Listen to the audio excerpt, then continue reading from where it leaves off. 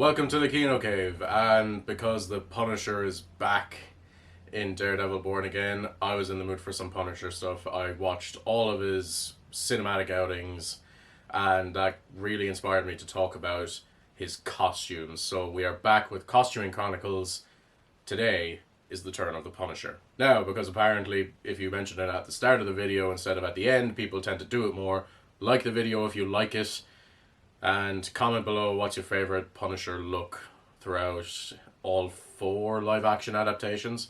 Or if there's any in animation that you really like, or if there's any in the comics that you really like. Let me know down below and subscribe for more videos like this one. So, starting with the comic book origins of Frank Castle, the Punisher. The Punisher debuted in Amazing Spider-Man number 129, written by Jerry Conway and written by Ross Andru and John Romita Sr. This is a quote from Conway, who came up with the character. So I wanted this interesting henchman and had this idea for an assassin. That developed into a hired killer who had his own moral code. Stan gave us the name. So Conway sort of invented this character and he illustrated it himself, but he's not a comic book artist. So he took it to John Romita Sr., who then tidied it up a bit and defined it a bit more. And I think he was originally going to call it the Executioner or something, because this character is based on a character from kind of pulp novels from like the 50s called the Executioner, who was basically Frank Castle. He was like a war vet who took down mafia bosses and things like that. And so Stan changed the name to the Punisher. John Romita Sr. then illustrated him, and Ross Andru obviously illustrated the rest of the comic book. There's not much to say talking about his costume per se. I mean, the idea is he's a hitman, so he was obviously just given the kind of classic black hitman costume. With all of these costumes, typically the only kind of worthy of note aspect is the skull, right? Like, it's nearly always just tactical gear or just all black whatever.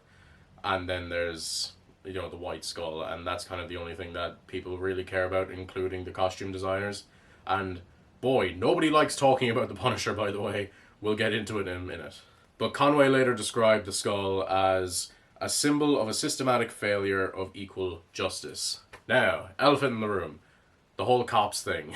So yes, obviously the Punisher would hate cops because he's a direct result of the failure of the American police system to actually, do their jobs. So that's what the Punisher represents. And yes, of course, it's incredibly stupid to slap his logo on police uniforms. I don't know why what is up with America right now? So yes, of course, it's idiotic to put the Punisher's logo onto, cop cars and police uniforms and things like that. That is a horrid thing to do, considering the type of character that the Punisher actually is. He's not about justice per se. He has his own brand of it. The whole point of the Punisher, which I'm sure I'll get into this whenever I talk about his films or his comic books or anything like that, but the point of the Punisher is that he's the fucking worst. And he kind of knows it, but he just doesn't give a shit because he's just so fucking stubborn in his shitty viewpoint that everyone he sees fit deserves to be shot dead. The skull is, as Jerry Conway, the creator of the character, says, a symbol of systematic failure of equal justice. Now, to get into his 1989 film. Yes, there was a film in 1989 called The Punisher. It was based on the comic books, and it stars Dolph Lundgren. I'm going to now apologize for every name that I mispronounce because, man, costume designers have names that are impossible to pronounce. So I am very sorry for all the names that I mispronounced during this video. The costume designer for this film was Norma Morrisau. Morrisau. I'm gonna go with I'm just gonna call her Norma.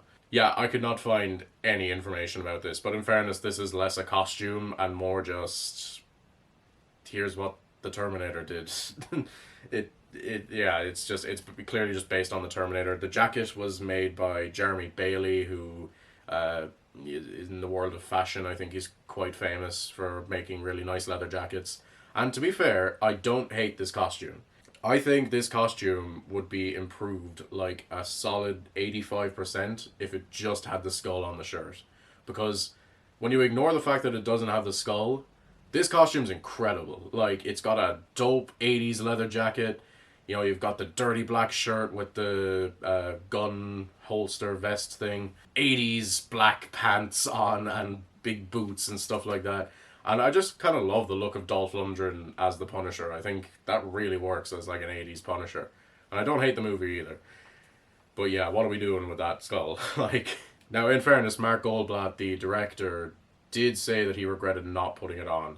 I'm guessing it's probably a thing of this is like the second or third Marvel movie ever released. Like, Howard the Duck came out before this, and that was kind of it. And comic book stuff was not, you know, ubiquitous in the 80s. You had Superman, which is obvious, like, smash hit, but also Superman doesn't run around with guns just shooting everyone. Then you also had, like, Batman come out that very same year, and that was kind of it. So, to have a comic book character in an 80s action thriller, yeah, I kind of get not going the whole hog, but man, would Dolph Lundgren have looked amazing in a classic Punisher costume. And that's it. I couldn't find any interviews with Norma Mauricio. God, I'm so sorry. I couldn't find any interviews where they're talking about the costume or talking about the design. The director never talked about it, seemingly, except for the fact of, you know, omitting the skull vest, which he regretted. So, yeah, I can't find anything. And that's going to be a running theme in this video. So, on to The Punisher 2004. Probably the most famous Punisher movie, the Thomas Jane one. And, yeah, I like the costume. The skull is, you know, pretty solid, although it's got some negative connotations now. I do like the leather jacket, the big leather duster jacket. I think that's really cool. Yeah, I think this is a cool Punisher design, although the movie is way too long. But anyway, I'll talk about the movie another time. Oh god. The costume designer for this movie was named Lisa... You know what? Her name's here.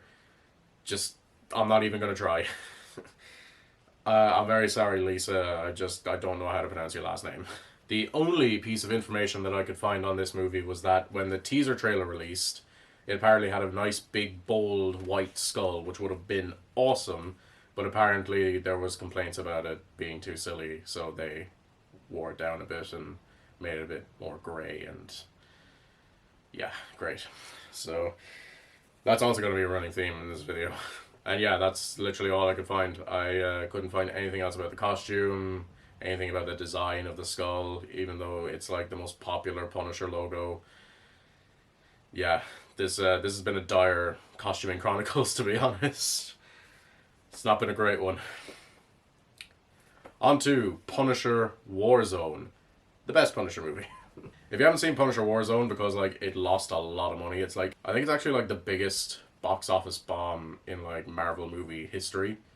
But it's actually like really solid. It's like a really fun, silly action movie with like epic executions. And man, Ray Stevenson, R.I.P. That guy was an incredible Frank Castle. Odette. I've never had to say that out loud before, that name. Odette Gaduri was the costume designer for Punisher Warzone. And she has not spoken about the design of the costume at all.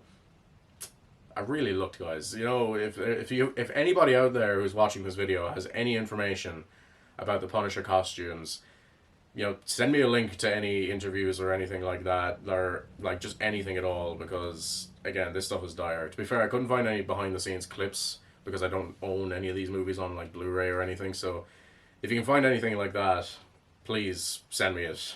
So, director Lexi Alexander, who, you know, is a pretty cool director, she didn't want the skull at all. She called it too preschoolish.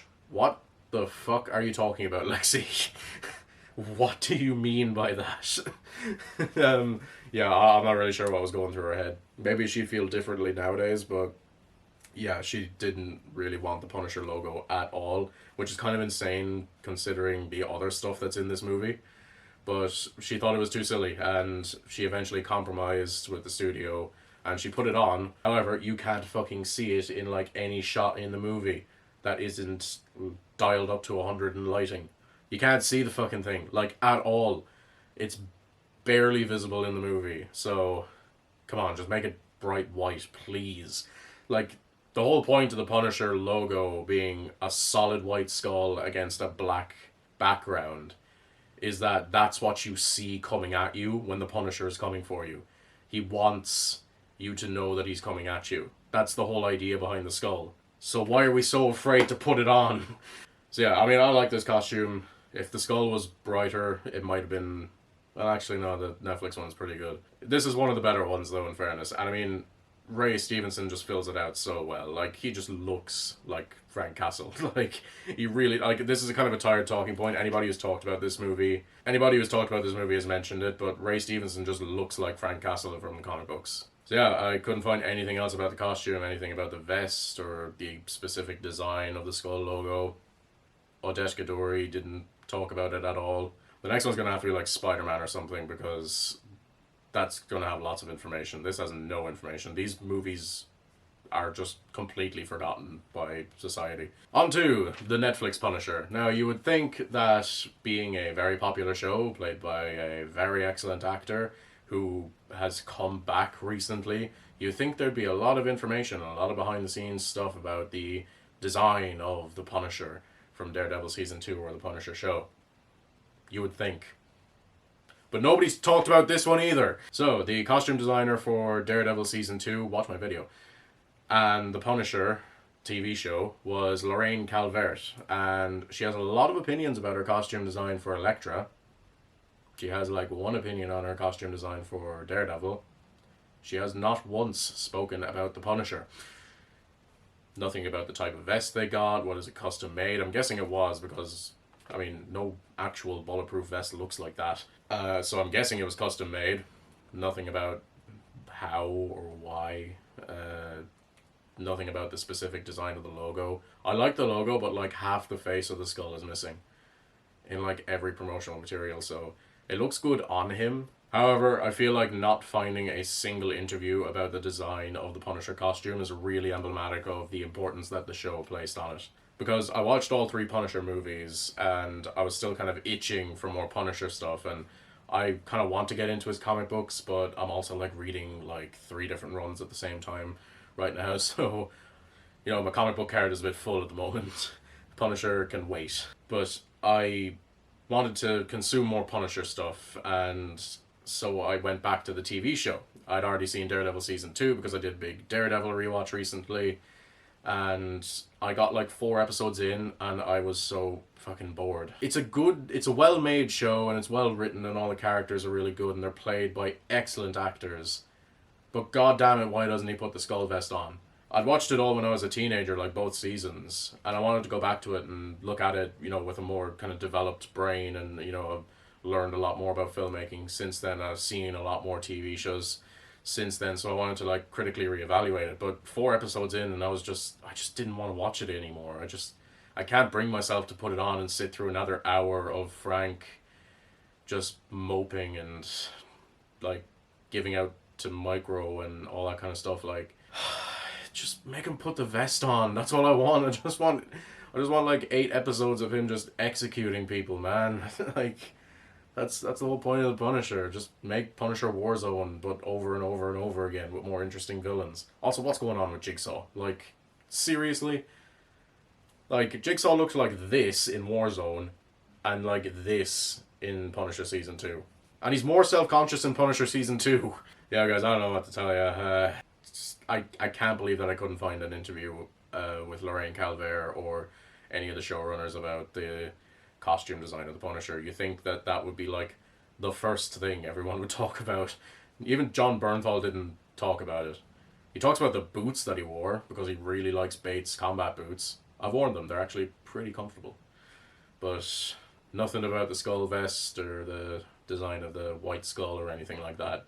Which again, like, he never wears it in the show, so why would they talk about it? But hey, I'm excited for him to team up with Daredevil again in Born Again. Born Again is actually quite impressing me, so let's see if they can keep that momentum up. I'm just looking forward to Punisher putting on that vest again. John Bernthal is such a great Punisher.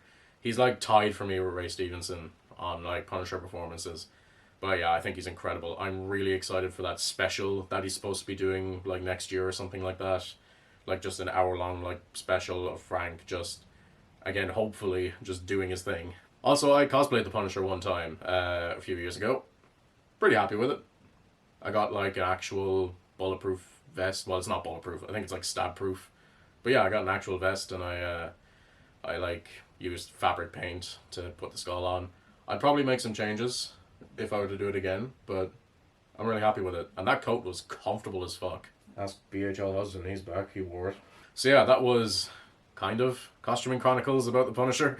I'm sorry guys, but I mean even Jerry Conway had nothing to say really, except for all the stuff. To be fair, whenever I like looked up the like, you know, history of like the Punisher costume and everything, all I got was just the Blue Lives Matter, you know, debate and all that kind of stuff. So if there is any information, it's probably buried beneath all those articles about whether or not the Punisher skull should represent justice or not. It shouldn't, by the way. So, yeah, if you like the video, give it a like. I tried to be a little bit more upbeat and entertaining in this one because there's like no information. Like, I'm sorry, you've learned nothing from this Costuming Chronicles.